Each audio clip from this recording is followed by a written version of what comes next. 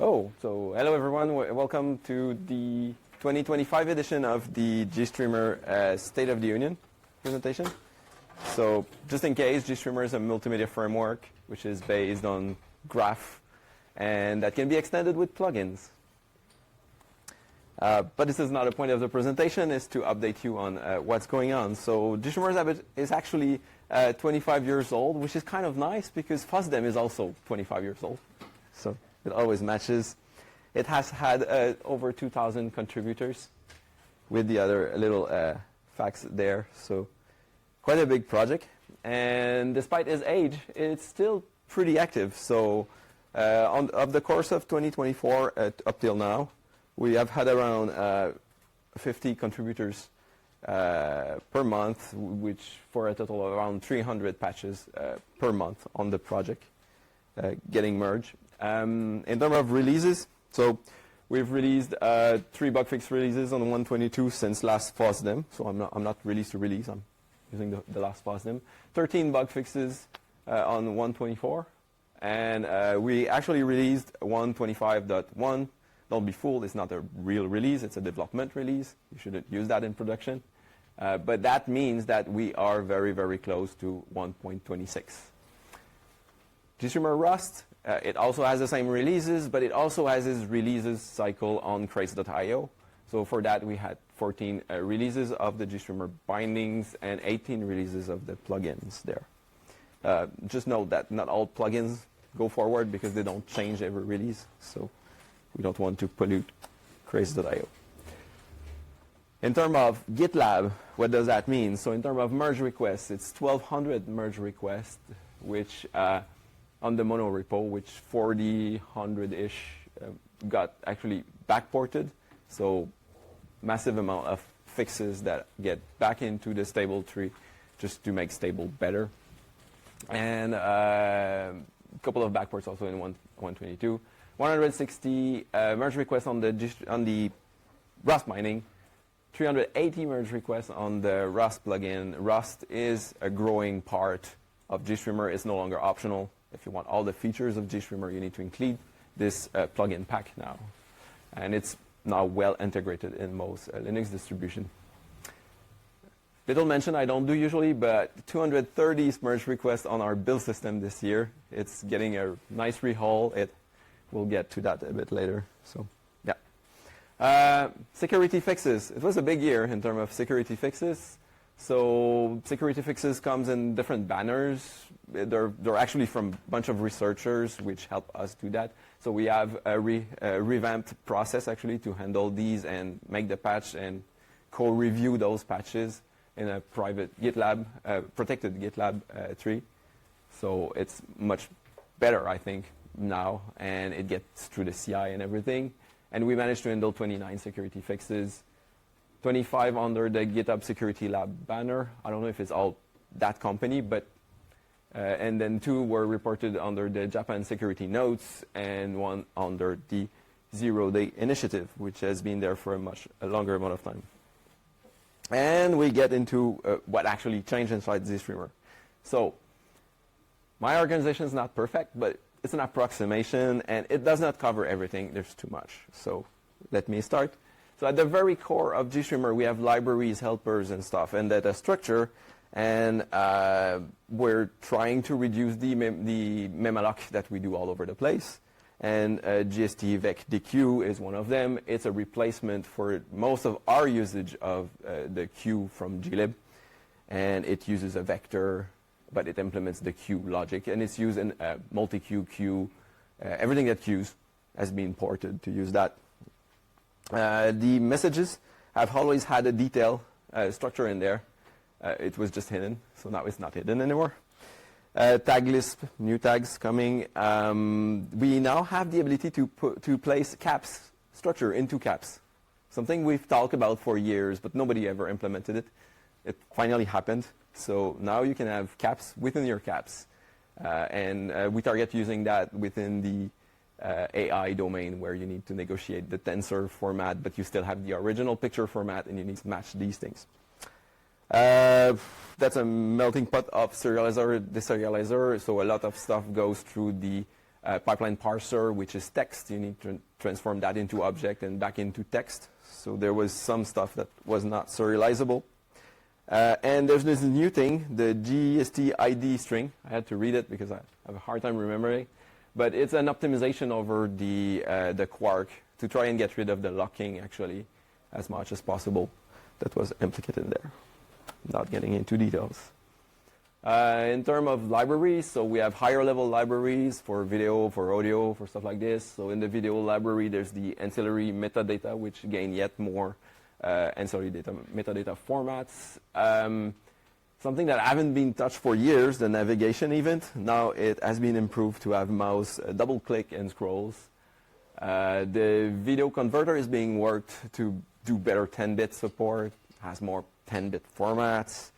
And one very cool fix, because it's a bug that has been around for a while, is there's been a rework of the deadline calculation with the QS event, which is the thing that decides to drop frames ahead of time within your pipeline so that you don't waste too much CPU when you're late. And yeah, now it behaves as we expect, meaning that if it's truly, truly late, it will at least render 1 frame per second. So it's not going to drop everything and confuse users. Audio video filters, few properties. This one got merged in 124, so you can basically clip your data when it goes into video rate that goes out of the segment when you have a segment seeks and stuff. The audio cutter was calculating an audio level, an RMS, and but it was keeping for itself. So now it's being exposed to the audio level meta, so you don't need to kind of combine it with the level element and waste more cycle. Rate and pitch as implementation for reverse playback.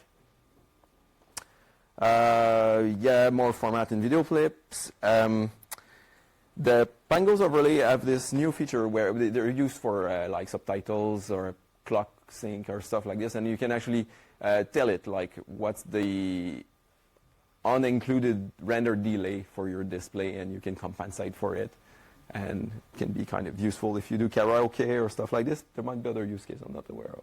But and then the volume. The volume always had this limitation that 10x was the maximum gain that you would put on the volume. And we actually removed that because it's floating point. Why not? And then if you're in integer, it's just going to cap. And now the audio converter can do more than 64 channel. And there's a really interesting feature on scale tempo, which is the fit down feature, where you can create buffers that are too large for the duration that they're supposed to be. And the scale tempo thing will resample, well, it will kind of convert them to make the thing speaks faster but fit the window. This is interesting for cases where you do text to speech, but the combination of all these things, like with translation from one language to another, but once translated, it doesn't fit, so you can make it speak faster. I think it's interesting. I didn't know about it before I prepared the slides, though. There's quite some work, actually, on adding analytics, metadata supports, and also AI supports native in GStreamer so that different frameworks can exchange between each other and can negotiate between each other. So we now have design documents. So when we add stuff, we can document it and we can actually challenge it with the others. There's the segmentation meta that got added, the tensor meta, the tensor decoder, which were already separated from the execution of your inference, is now separate. But now it's outside of O8NX, so it's no longer specific to one stack. And we know that Intel on stack is starting to use that. So that's quite interesting. So we have a second vendor that is using it. You can do some rotation when you do object detection, so that you can have a rectangle and squeak it, so you reduce the surface. Yeah, we have this element that that was written that is basically a converter that converts the relation metadata from your AI research into OnVIF metadata. And then using OnVIF, it means that you can stream it over RTP, and then you can take that back on a remote machine like your server or whatever, and you can put the logic somewhere else. So you do the AI, you send the result somewhere else, and then you recover it through RTP. Original buffer, it's an interesting one. So when you do AI, you always have to scale down and crop to a square or something. And you always have the need to recover the original image to put back the metadata in the original image. So that's exactly what it does. So it will save the buffer in its own metadata. And then once you're done, it will restore the original image, getting rid of the small one that was used for the AI. And then it will reapply the metadata and apply some transform to it, of course, if it's resolution bound. And there's a lot of work done on the Python binding too. The idea is that Python is the predominant language for AI stuff. So it's mostly at the control level because it's not that performant inside GStreamer itself as a plugin. Stream containers. Yeah, a lot is going on there. So stream containers, that's basically MPEG-TS, ISO, MP4, MKV. So a lot of feature got added into MPEG-TS. It has a segment seeking where you can have a stop time and loop back on some zones. It's a bit difficult with things like MPEG-TS. It's not meant for that. There's JPEG access that has been mapped, PES metadata. I'll skip that one. More ancillary data, including AES. It's not complete, but there's support for synchronous KLV streams there. We have a custom GStreamer-specific mapping for VP9, so you can actually put some VP9 there. It's not illegal, but it's going to be ignored by most players because there's no spec for it. There's a provisional spec for AV1 that has been implemented, and VVC has been added. In the... Huh? AV1 is custom. I thought it was provisional. That's what they said in the commit message. They lied. I need to read more than the message then next time. ISO MP4, it's a bit confusing because it's being rewritten really in Rust, but there's one in C. It has gained some C-Anc simple grouping, a new algorithm, I don't know, the Lagarit lossless video support, more MPEG video 1 mapping, and uncompressed audio, and hopefully before the release, but I'm not sure, there was a lot of work that was pending for uncompressed video in there. And then on the Rust side, the reason for the rewrite was because the old one was difficult for fragmented MP4, notably. So they wrote a new one, but the new one is good, so they started to write more, and it's probably eventually going to replace. And as you can see, most of the list there are features that are just to get back to parity or more over the engine. So I can predict that eventually this will take over. And the sign of that, the dash Muxer basically has changed his preference and preferred the Rust implementation now. The reason it was not is because it was missing all these things, which was very useful. A lot of work in D3D12 API this year. It really became the default, not D3D11 anymore. So it has a GST-libs helper for the shader, which are the same. It's being split in its own library, so there's helper library to do HLSL. Yeah, new feature, new capture. It has the IPC source and sync like the D3D11 one. There's some feedback when you do hot plugging of your GPU. I've never tried that in my life. Something I should. Someone made it compile by removing feature on a Ming GW. So that's kind of nice. It's integrated into convert frame. That's something related to on sync when you get the sample and you want to convert it to something. Yeah, I'll skip this one. MIP mapping support, even though there has been some regression reported. We'll have to check if we keep that one as a default. And more scaling and interlacing feature just to complete the portrait. Some nice feature. Something that can be annoying with things in GStreamer in general, but they added an option that once you close the window, it doesn't throw an error. I think it's nice. We should probably generalize that one to do. And yeah, of course, this is the same guy who did the new navigation event in the navigation API, so it's got implemented there. So it's more complete. It has color balance, implementing the color balance API, HDR capture, more pixel formats. What else? Oh, anti-aliasing in the swap chain sync element. There's a VP8 encoder, so our legacy is covered. And yeah, it's just, oh yeah, and the ring got turned into primary for most of these elements, so they become like, the decoders are primary. They're gonna be picked by the autoplugger. More Windows stuff, WebView 2, which is kind of the Windows widget for WebView, is like the WPE of Windows that has been implemented. Yeah, dwrite, QSV, and other things. I mean, there's a lot of places where they actually just added interoperability to make sure that it can be used with D3D12. And yeah, and there has been some maintenance in the D3D11 element too, because that's not going away. And then we can move to a big block, the codecs domain, which includes many things. So I've started splitting with the parser and the software codec. One of the wide change we did is that initially we had AV1, and we didn't really clearly define what AV1 was, and there's actually multiple packing format organization of your AV1 streams. So now we've pretty much explicitly set a TU alignment on the element that didn't specify anything.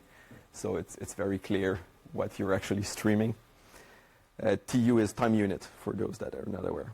H.264 parse now supports the ABC decoder configuration. We attempted to implement a backlog to fix some AU splitting issues.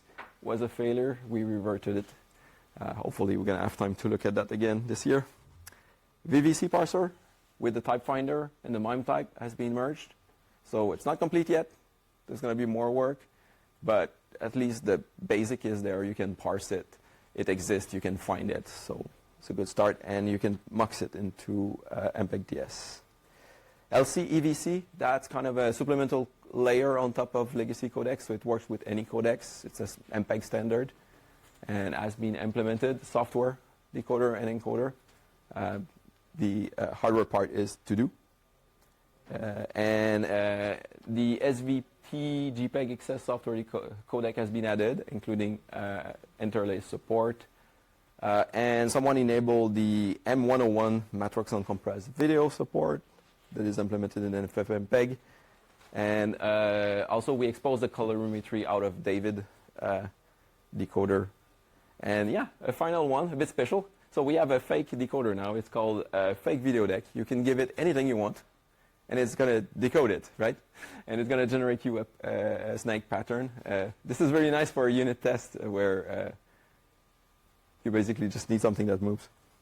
You need the video, but you don't need the real decoder. Vulkan VA MSDK, so basically all the accelerators. So the Vulkan video support is progressing slowly. We got an H.265 decoder now, and there's more work pending. The VA encoders is mostly feature complete. So JPEG, VP8, VP9, the rate controls have been enabled, render delay to optimize the performance. Unfortunately, we had to disable the i965 encoders that are maintained by Intel and are just too crashy. We would have to implement the legacy code to make them work, losing DMA buff, and we decided not to do that.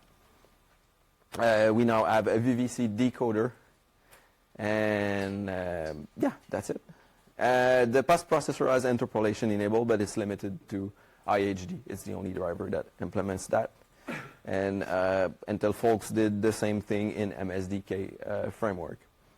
On the V4L side, both plugins now implement the DMA DRM caps negotiation, so you can negotiate DMA buff with a DRM format from the Linux DRM, not the right management thing, and a modifier, so you can actually effectively negotiate an opaque format enabling compression, notably the DEC 400 from Vivendi or AFBC from ARM.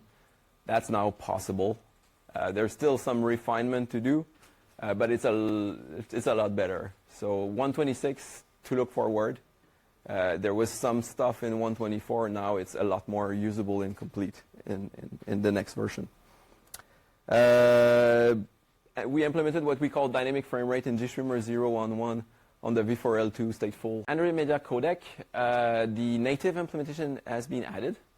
So it reduces the amount of interaction with Java engine, making it faster. And more profiles and stuff. We removed the Magic Leap implementation because they dropped it on their site. So we dropped it. They actually use the Android NDK now. And on macOS, threaded output got enabled. That took a while, actually.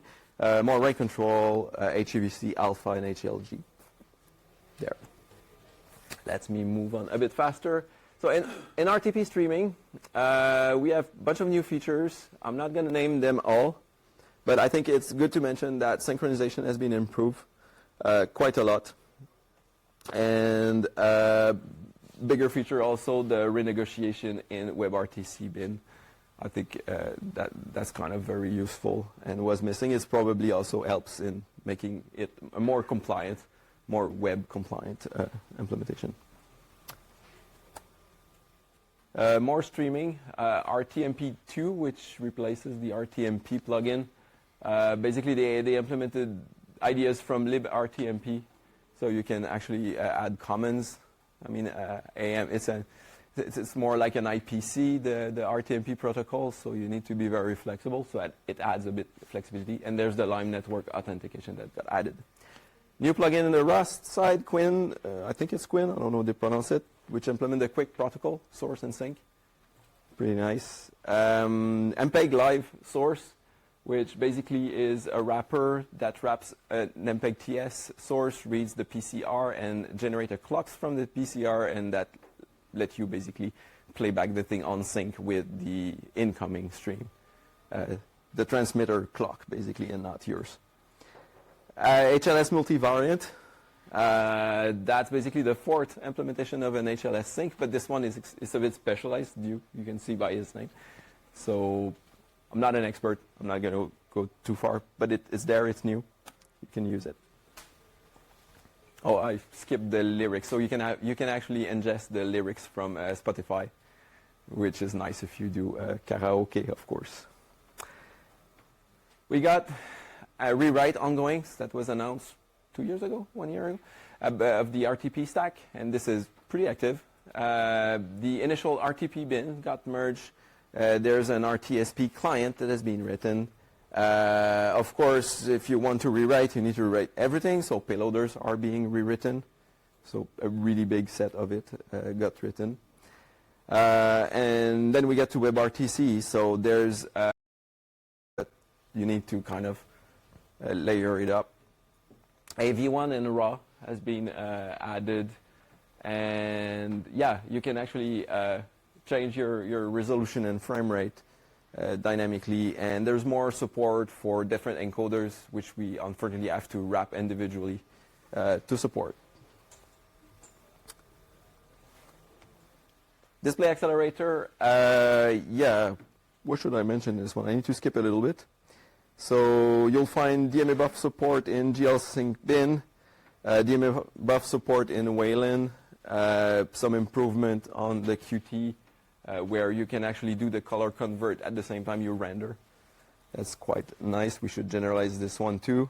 GTK4, the GTK4 paintable, has gained DMA buff pass-through, so you can actually get the DMA buff straight into GTK, and GTK will try to use a hardware plane, so it will actually internally create a subsurface and do all this stuff for you, making it probably one of the most flexible and performance sync we have so far on the Linux side, at least. So watch that out. It's really nice. And yeah, that was possible with the ability to pass through the DMA buff in the GL Sync wrapper. Video capture, there was a bunch of issue in the QML6 source. Now it's usable. I don't think it's perfect, but it's usable, and it actually uses the downstream pool that you provide to it, which has been a key in being able to do zero copy to encoder through that sync. There's support for the AJA capture cards, capture and output cards. Decklink ones got improved with HDR. You can now in image freeze and live sync, you can actually pass compressed data, so iframe only compressed images. because there was no reason not to. There's this new queue, which is called gop buffer, which basically queues a minimum of 1 gop. There's a tracer that I think is pretty nice in Rust that will output basically a point in your stream into a pcap, and then you can analyze the pcap with a tool like Wireshark or other tool. And yeah, there's also a new element that let you modify the group IDs in the streams. That's a more niche use case. Oh, and GStreamer editing services have gained reverse playback this year. Much time I got? Okay. So in the closed captioning, I think it's just moving to Rust quite quickly. Last year there was like one logo. Now it's only this.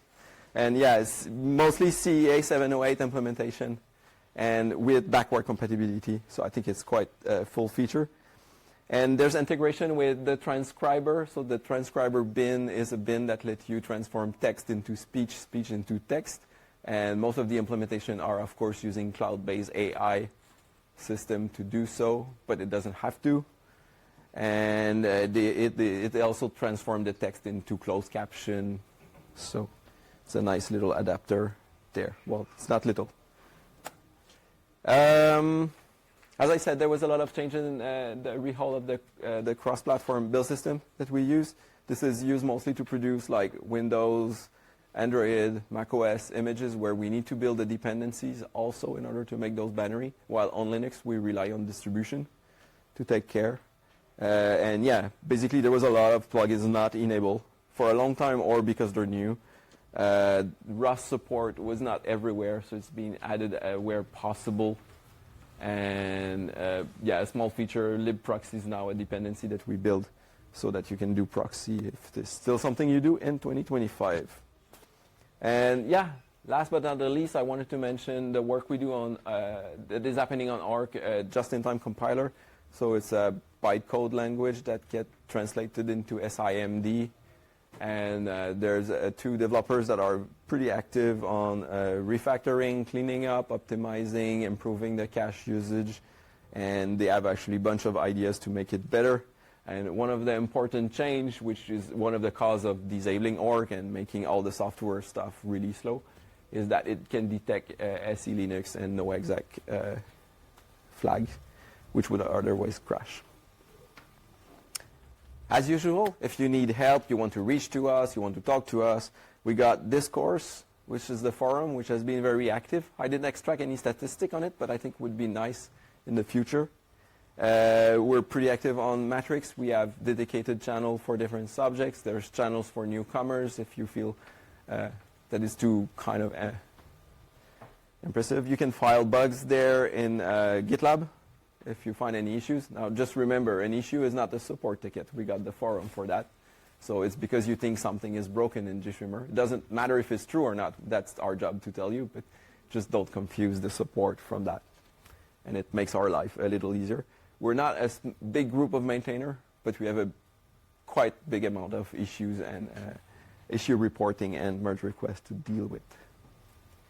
And that's it. We should have about 5 minutes for questions, I believe. And thank you.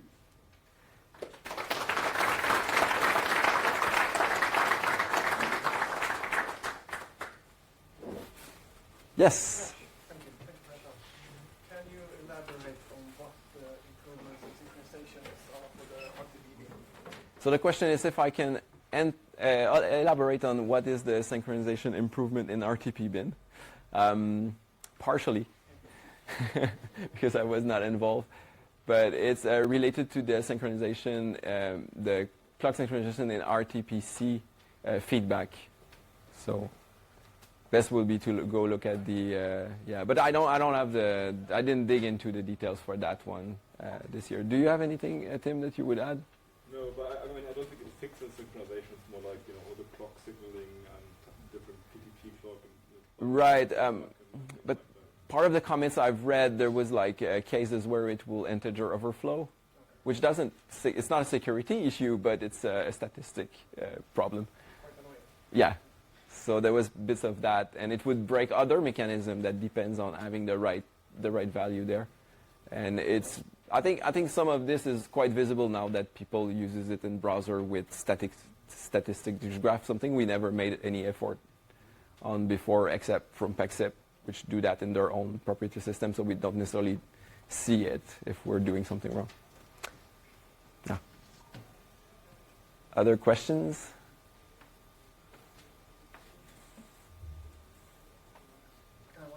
Yeah, go ahead. If you have a mature stack based on the RTP with the current implementation C, how would you know when you can switch over? You like have an internal image of what percentage of the new Rust stack? How far have you got that? Is it mature? Is it a work in progress? I would call the RTP bin in a work in progress mostly. Not. I think the features that got implemented are. Oh yeah, sorry. So the question is basically how usable is the new RTP bin in the Rust implementation? My belief from what I've seen and what I've got a report, I haven't used it myself. I'm mostly a hardware accelerator guy. But what has been implemented has been done as well as possible. So it's new code, but it should be fairly usable, but it's missing feature. And when we speak about RTP, we speak about a lot of feature. We speak about hundreds and hundreds of pages of spec for all these features. So this is going to take some time. I think the transition, to answer your question about when would be the transition, will be when we can actually put that back into a browser and the test actually shows us that it's good enough for a browser. I think that would be the right answer. I'm making it up. Maybe some developer won't agree with me. So just take it with a grain of salt. That's my belief. The main point of the new RTP bin is also to address some of the performance issues when you do multiple sessions, actually, concurrently. For the SVT JPEG XS, is that yep. supported on M1 or ARM platforms? That's a good question because, okay, so for the JPEG XS from SVT implementation, traditionally these are made for PC server, actually specifically made for Intel server.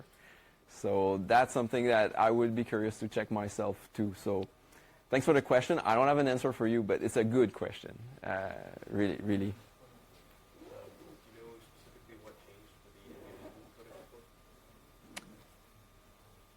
Yeah, so do I know what explicitly changed for the NVMM CUDA work? Basically, the caps negotiation for the NVMM caps feature has been completed and is usable now. So basically, in two caps, you can open the parenthesis and have memory column NVMM, and that comes with a bunch of APIs that you need to use specific to NVIDIA, and these have been added. There's a big benefit when you use actually the downstream, basically stack from NVIDIA. Yeah. Do you have any initiatives to translate GStreamer into WebAssembly? I mean, an official port?